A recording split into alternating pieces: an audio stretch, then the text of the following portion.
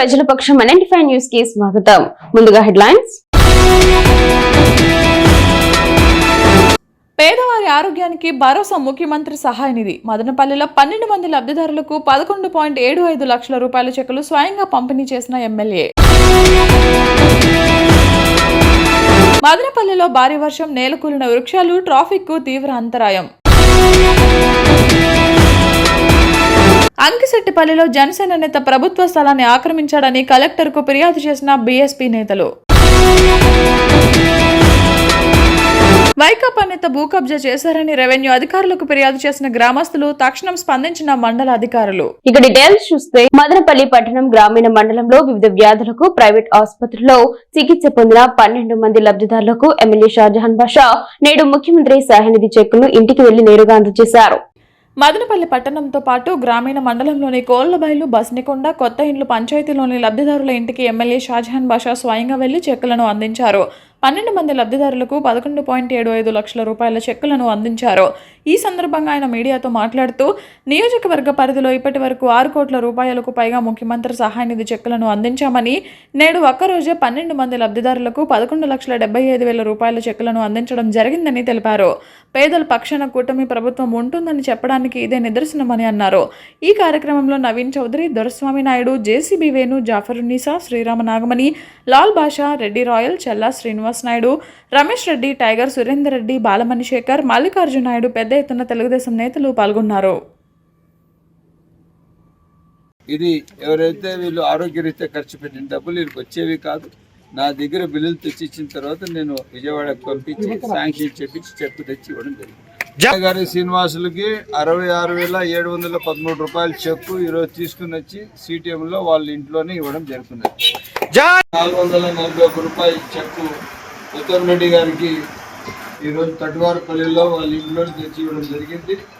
మొన్న ఆయన ఆరోగ్యరీత్యా అనారోగ్యమైనందువల్ల నేను వచ్చి చూసినప్పుడు ఆయన అనారోగ్యంగా ఉన్నారు. ఆయన ఏదైతే బిల్లులు నా దగ్గర ఇస్తున్నారు, ఒక బాధ్యత కలిగిన శాసనసభ్యుడిగా ఈయన కూడా మా పార్టీలో ఉన్న మనిషిగా బాధ్యతగా ఉంటాడని చెప్పి 884 రూపాయల చెక్కు తీసుకుని వచ్చి కోళ్లబైల కాలనీలో మా నాయకులందరి సమక్షంలో వీళ్ళకి ఇవ్వడం జరుగుతుంది.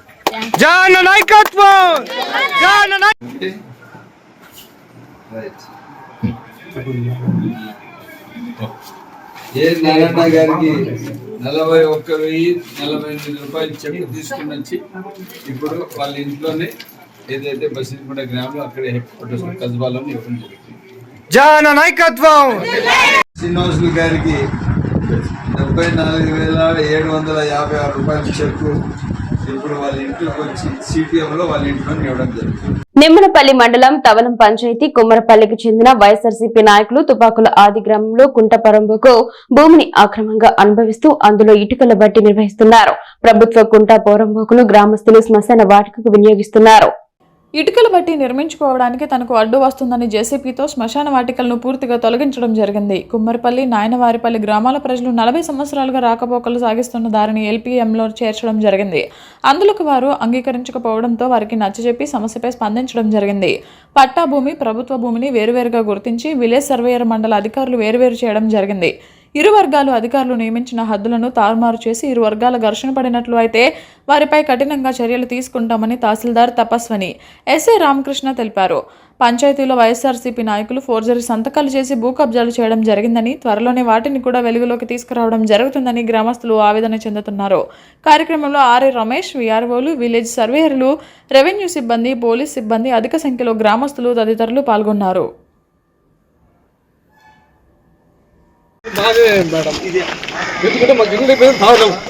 వాసు దక్కుతాదని పెట్టుకున్నాం అంతే. మేమైతే యాక్సిబుల్ గా భూమి గవర్నమెంట్ దాంట్లో లేదు. అందరిది ఏదైతే ఉన్నారో వాళ్ళందరినీ.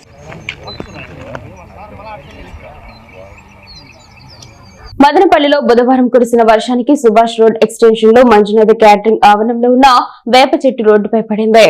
దీంతో గంటకు పైగా ట్రాఫిక్ కు అంతరాయం కలిగింది. విషయం తెలుసుకున్న ఎమ్మెల్యే షాజహాన్ బాషా ట్రాన్స్కో మున్సిపల్ అధికారులకు నేలపై కూలిన చెట్టును తొలగించి ట్రాఫిక్ కు అంతరాయం లేకుండా పునరుద్ధరించాలని ఆదేశించడంతో స్పందించిన ట్రాన్స్కో రెవెన్యూ మున్సిపల్ అధికారులు చెట్టును తొలగించే కార్యక్రమాన్ని చేపట్టారు. మదనపల్లి గ్రామీణ మండలం అంకిశెట్టిపల్లి పంచాయతీ పప్పిరెడ్డిగారిపల్లి గ్రామ పరిధిలో ఉన్న సిరులవంక మురుగునీటి కాలువపై అక్రమార్కులు కన్నేసి 10 సెంట్ల భూమిని కబ్జా చేసి అమ్ముకునే ప్రయత్నం చేస్తున్నారని జిల్లా కలెక్టర్ ప్రశాంత్ కుమార్ కు బీఎస్పీ పార్టీ నేతలు నేడు ఫిర్యాదు చేశారు. మదనపల్లి పట్టణానికి చెందిన అధికార పార్టీ నేత తన రాజకీయ పలుకుబడిని ఉపయోగించి పట్టా భూమి పక్కనే ఉన్న మురుగునీటి కాలువను ఆక్రమించుకుని అమ్మేందుకు ప్రయత్నిస్తున్నారని బీఎస్పీ నేతలు ఆరోపించారు. ఇదే విషయమై 27వ తేదీ ఏప్రిల్న జిల్లా కలెక్టర్కు పీజీఆర్ఎస్లో ఫిర్యాదు చేశామని, రెవెన్యూ అధికారులలో స్పందన లేకపోవడంతో నేడు మరొకమారు కలెక్టర్ను కలిసి ఫిర్యాదు చేయడం జరిగిందని కలెక్టర్ వెంటనే స్పందించి పాత ఎఫ్ఎంబీ రికార్డుల ప్రకారం సర్వే నిర్వహించాలని, ఆక్రమణలకు తొలగించాలని, ప్రజా ఆస్తిని రక్షించాలని సంబంధిత అధికారులకు ఆదేశాలు జారీ చేసి జనసేన నాయకుడు కబ్జా చేసిన స్థలాన్ని కాపాడాలని డిమాండ్ చేశారు. లేని పక్షంలో స్థానిక ప్రజలతో కలిసి పెద్ద ఎత్తున ఆందోళనలు చేపడతామని హెచ్చరించారు. ఈ కార్యక్రమంలో శ్రీనాథ్, మహేష్, శివ, ప్రశాంత్, మోహన, చంద్ర మరియు బహుజన సమాజ్వాదీ పార్టీ నాయకులు పెద్ద ఎత్తున పాల్గొన్నారు. జేబీములు మరియు నమస్కారాలు. ఈరోజు అంకిచెట్టిపల్లి పంచాయతీ పప్పిరెడ్డిగారిపల్లి గ్రామ పంచాయతీ పరిధిలో ఉన్నటువంటి మురికి కాలువైన కురులవంక అనే కాలువని భూ కబ్జాదారులు అధికారాన్ని అడ్డం పెట్టుకొని భూ కబ్జాకి పాల్పడుతున్నారు. అదే విషయంపై ఈరోజు కలెక్టర్ గారికి ఫిర్యాదు చేయడమైనది. వివరాలకు వెళ్తే మార్కెట్ యార్డ్ చైర్మన్ అయిన జంగాల శివరాం గారు అతను అధికారాన్ని ముందర పెట్టుకొని ప్రబలంతో సర్వే నెంబర్ 10 మరియు 11లో ఏదైతే కురులవంక అనే మురుక్కాలు ఉంటుందో ఇందులో 3 సెంట్లు భూమిని కబ్జా చేసి దాన్ని నీట్గా ఫినిషింగ్ వేసి రెడీ చేసి అమ్మకానికి రెడీగా పెట్టడం జరిగింది. అదేవిధంగా ఏదైతే కురులవంకలో 3 సెంట్లు అక్వైర్ చేశారు. దానికి కొంత దగ్గరలో అతని పట్టా భూమి దగ్గరలో ఒక 7 సెంట్లు ఆక్యుపై చేసి అది దాన్ని వచ్చేసి అక్కడ ఉన్నటువంటి కురులవంకని తారుమారు చేసి వేరే వెళ్తుందనేసి దాన్ని ఒక దొంగ పట్టాలు సృష్టించడమే కాకుండా అక్కడ ఉన్నటువంటి ఎవరైతే సర్వేర్ వెళ్తారో వాళ్ళకి భయభ్రాంతులు గురి చేస్తున్నారు అతని అధికారం ముందర పెట్టుకొని. రెండో విషయం ఏమంటే ఎప్పుడైతే ఆయన 7 సెంట్లు ఆక్యుపై చేశాడో అక్కడికి భూకప్ చేసి అప్పటి నుండి ఆ కాలంలో ప్రవహిస్తున్న నీరు అక్కడికి ఆగిపోవడం వల్ల అక్కడ ఉన్నటువంటి ప్రజలు చాలా ఇబ్బందులు పడుతున్నారు. ఎలాగైనా వీటి మీద మీరు చర్యలు తీసుకొని చట్టపరమైన చర్యలు తీసుకొని అతనిపై చర్యలు తీసుకోవాలని చెప్పి ఈ విధంగా సెలవు చేస్తున్నారు. రెండో విషయం ఏమంటే అతను మార్కెట్ యార్డ్లో కూడా లక్షల రూపాయలు అవినీతికి పాల్పడుతూ ఎవరైనా అడిగితే నేను డిప్యూటీ సీఎం పవన్ కళ్యాణ్ గారికి కొన్ని లక్షల రూపాయల డబ్బులు ఇచ్చి నేను మా మార్కెట్ యార్డ్ చైర్మన్ పదవి తెచ్చుకున్నాను, ఎవరు ఏమన్నా కూడా నేను డబ్బు సంపాదించుకోవాలనేసి ఆయన విస్తృతంగా ప్రచారం చేస్తున్నారు. అందులో భాగంగానే అతని పైన చర్యలు తీసుకొని మార్కెట్ ఇదైతే కంప్లీషన్ తర్వాత ఇదైతే నిజమని తేలినప్పుడు అతను విని ఆ పదవి నుంచి తొలగించలేని పక్షంలో మేము ప్రజల్ని కుమ్మకయ్యి ఉద్యమాలు చేస్తామని చెప్పి సందర్భంగా తెలియజేస్తున్నాం. జై భీమ్, జై భారత్. ఇక డీటెయిల్స్ చూస్తే సమాజ భాగస్వామ్యంతోనే డెంగ్యూ జ్వరాలు నియంత్రణ చేయవచ్చని deputy health education officer Mohammed Rafi, sub unit అధికారి ఖలీలుల్ ఖాన్ అన్నారు. డిఎంహెచ్ఓ ఆదేశాల మేరకు డెంగీ విషజ్వరాల నియంత్రణ కార్యక్రమంలో భాగంగా మదనపల్లి అర్బన్ పరిధిలోని రామారావు కాలనీ, యూపీహెచ్సి పరిధిలోని ముజీబ్ నగర్ సచివాలయంలో దోమల ద్వారా వ్యాప్తి చెందు వ్యాధులు, వాటి పర్యవసానాలు మరియు శుక్రవారంను పొడిదినముగా పాటించడం వల్ల కలుగు ప్రయోజనాలపై ప్రజలకు అవగాహన సమావేశాలు నిర్వహించడం జరిగింది. ఈ సందర్భంగా మహమ్మద్ రఫీ మరియు సబ్ యూనిట్ అధికారి ఖలీలుల్లాన్ మాట్లాడుతూ ఈ 5 ఫైలేరియా, చికున్ గున్యా, మెదడువాపు రకాల జ్వరాలు ప్రజారోగ్యానికి ప్రమాదం. ఇటీవలే ప్రభుత్వం మలేరియా వ్యాధిని నోటిఫైబల్ డిసీజ్గా గుర్తించింది. తీవ్ర జ్వరం, చలి, తలనొప్పి, నీరసం, వాంతులు, వికారం, కనుగుడ్లు పక్కకు తిప్పలేకపోవడం, శరీరంపై దద్దులు, రక్త కణాల సంఖ్య తగ్గిపోవడం, కీళ్ల నొప్పులు వంటి లక్షణాలు ఈ జ్వరాలలో కనిపిస్తాయి. వ్యాధి లక్షణాలను బట్టి రక్త పరీక్షలు చేయించుకుని సకాలంలో చికిత్స పొందితే ప్రాణాపాయం ఉండదన్నారు.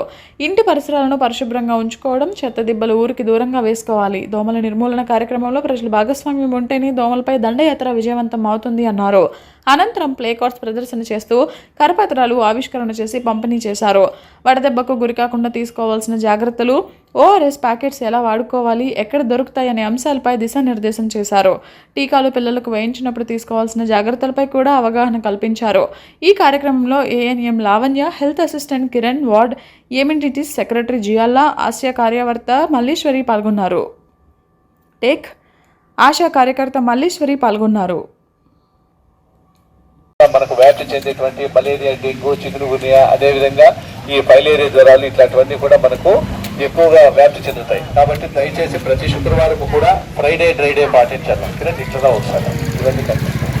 దీనివల్ల అంటే ప్రతి శుక్రవారము మీరు నిల్వ చేసేటువంటి నీళ్ళు ఏవైతే ఉంటాయో, డ్రమ్ములు కావచ్చు, అదేవిధంగా బాణలు, కడవలు, ఇట్లా వాటిల్లో మీరు నిల్వ చేసే మదనపల్లె రూరల్ మండలం అంకిశెట్టిపల్లె గ్రామంలో జరిగిన కొర్లా గంగమ్మ జాతర సందర్భంగా మాజీ సర్పంచ్ శరత్ రెడ్డి ఆహ్వానం మేరకు వారి గృహంలో జరిగిన వేడుకలకు మదనపల్లె నియోజకవర్గం వైఎస్ఆర్సీపీ సమన్వయకర్త నిసర్ అహ్మద్ హాజరయ్యారు.